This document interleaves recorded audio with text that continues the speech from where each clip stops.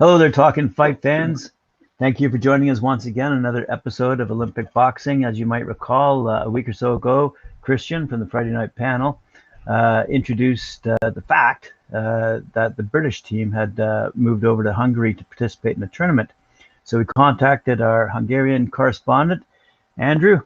How you doing, Andrew? And we asked him, and Good. we found out some interesting facts about Hungary, the history of boxing there, and two fighters in particular, Laszlo Papp and Istvan Kovac. So, Andrew, welcome to our show.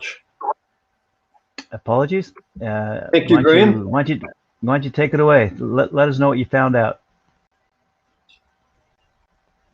Well, first memorial match going on right now. It ends on the 13th.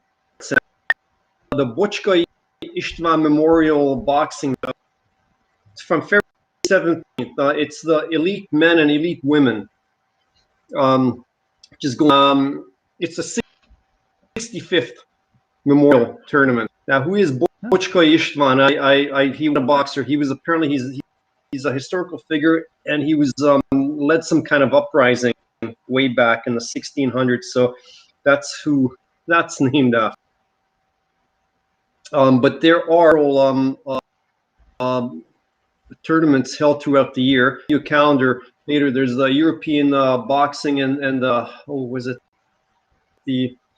AIBA, Hungarian Association.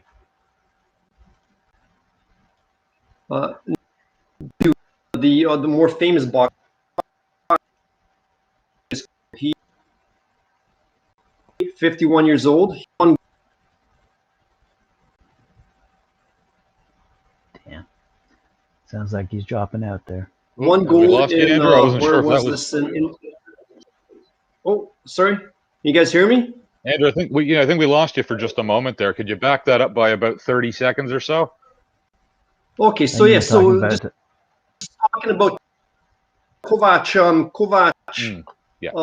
István, Atlanta in '98, and bronze in Barcelona in '92. He also won another bronze in European championships in '93. Silver in his first ever Hungarian championship, and the rest were all gold. So he's all solid gold, basically 2 bronze and 1 silver, and let me just see here, about 10 gold. So he's since he did that over a couple of different. He did that over a couple of different weight classes, didn't he? This is what I'm thinking of. He did that over both flyweight and bantam, was it not? Yeah. Here's featherweight and flyweight to get leg shoe, I guess. He did it over 3. Oh, 3. So lightweight, featherweight, and they got one here, paperweight in Hungarian. I'm not sure. Not sure what that would translate to in English, but yeah, paperweight, flyweight, and featherweight. He's not a small guy. He's 170 centimeters. But yeah, he did very good. And like I said, he's now retired. Now, the biggest famous Hungarian boxer, which I since I was a kid, was Laszlo in Hungarian. He won gold in 3 Olympic championships or Olympic Games: 48 in London, 52 in Helsinki, and 56 in Melbourne. Of course, 56 was the big event. That's when they had the blood in the water with the Russia-Hungarian water polo. But that's a whole nother story. He passed away October 2003, age 77. Yeah, we've mentioned Laszlo on the show here before, actually, just because, as you say, he was the first person to ever take home 3 golds from the Olympics in consecutive Olympics, kind of thing. So it was one of the cooler people that we've come across, and we've definitely mentioned him before. I was doing some of my own research here and realized that since I think Antwerp in 1920, the Hungarians have always qualified. There hasn't been a games yet where they have not qualified for boxing. since Antwerp in 1920, which, as we know from another previous episode, is really when they widened the field from basically having the host country box itself for gold medals. Yeah, apparently there's 8 Hungarians who took home gold medals. There's one Imre Harangi who won the gold medal in Berlin in '36. I think the first gold medalist was Antal Kocsis in 1928, and the I think last it's one 10, was actually. I think it's 10 golds that Hungary holds in boxing. Okay. Well, I stand According, corrected. well, according to the good people Hungary. on Wikipedia, we're sitting on 20 total, and 10 of them are gold. Wow. Okay. I know there's two silvers, which was in the '72, the Munich Olympics, which my father was there. By the way, he was with the Olympic team in Hungary as a Wow. chaperone or something. But it's that's a whole another story. So, but yeah, István Kovács was the last one to win, I think, a gold medal in boxing in the Olympics. Coco? Coco, yeah, that's his nickname, Coco. He was very popular.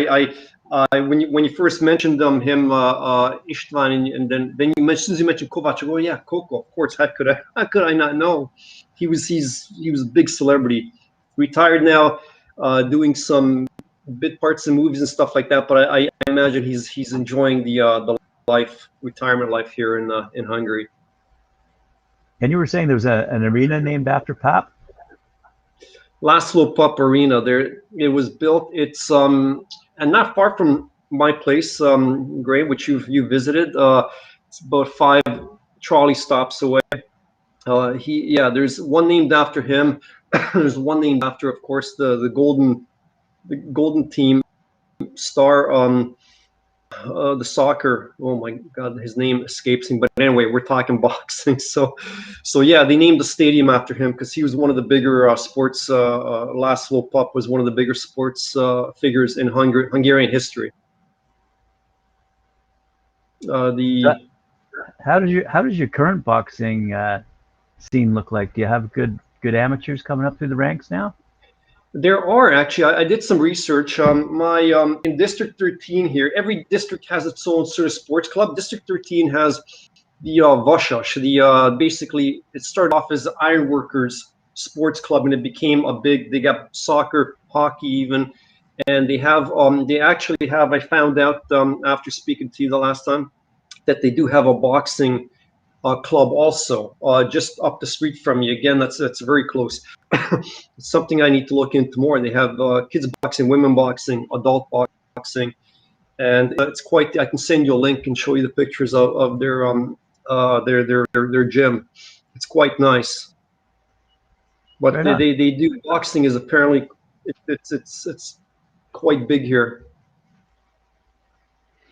Well, we look forward to your participation in the upcoming Olympics. Now, did you find the British team? I know you can't go to pubs at night and find them, but are they in the papers or anything? I didn't find anything of them. The only link they have, which is sadly it's lacking.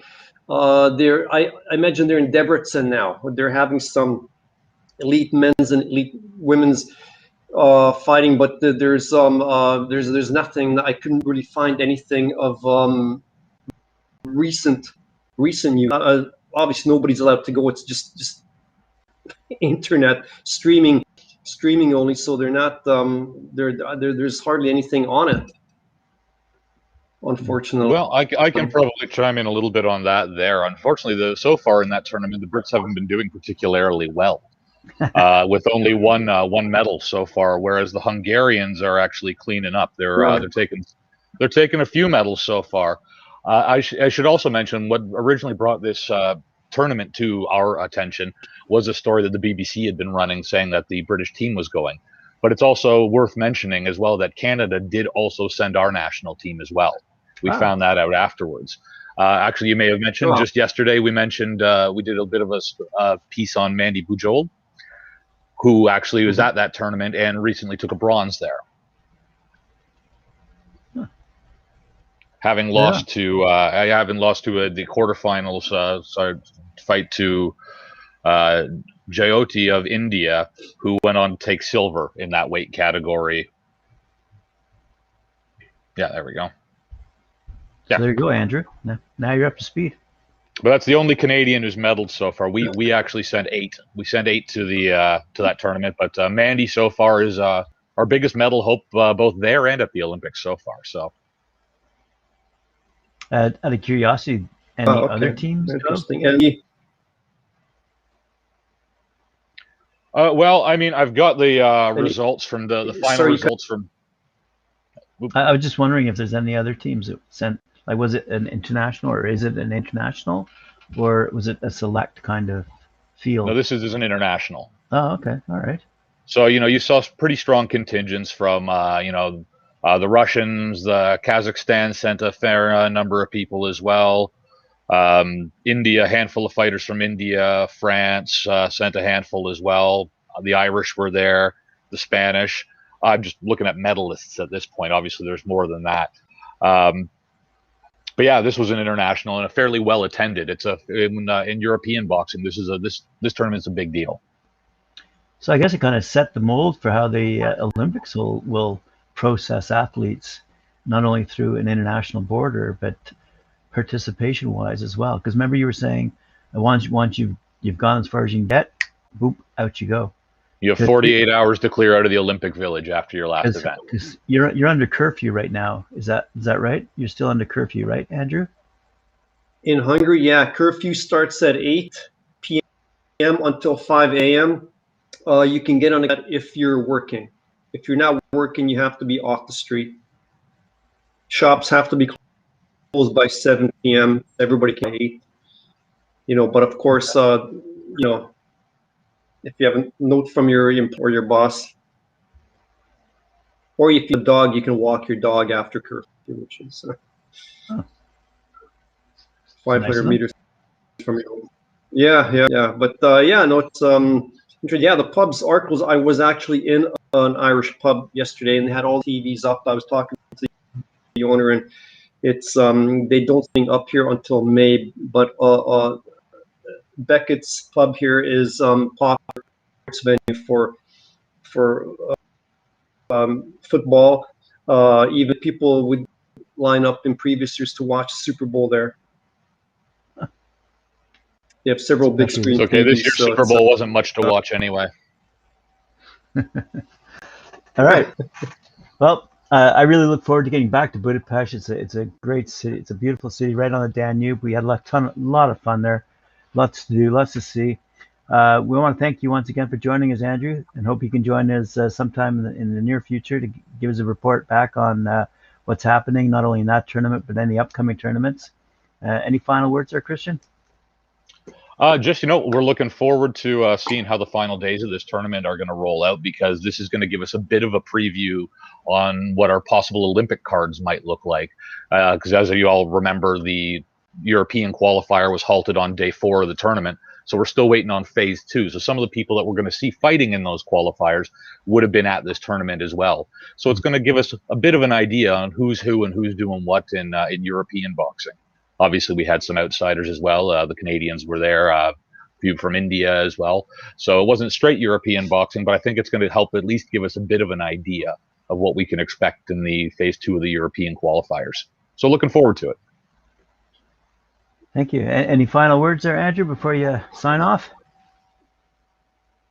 No, I'll look some more into this event, and also see what else is coming up in the summer. Find out which Hungarian athletes are going, if any. Hopefully there will be some, but I'll follow up on that, and I'll get back to you guys. I'll let you know what I found out. Okay. Thanks very much, and I'd like to thank our viewers from joining us today as well from around the world to have a sneak preview into Hungary and see what's happening down there. If you like the show, hit like, share, subscribe. And if you're subscribing, make sure you ring that bell for notifications. Thank you, and we'll see you tomorrow.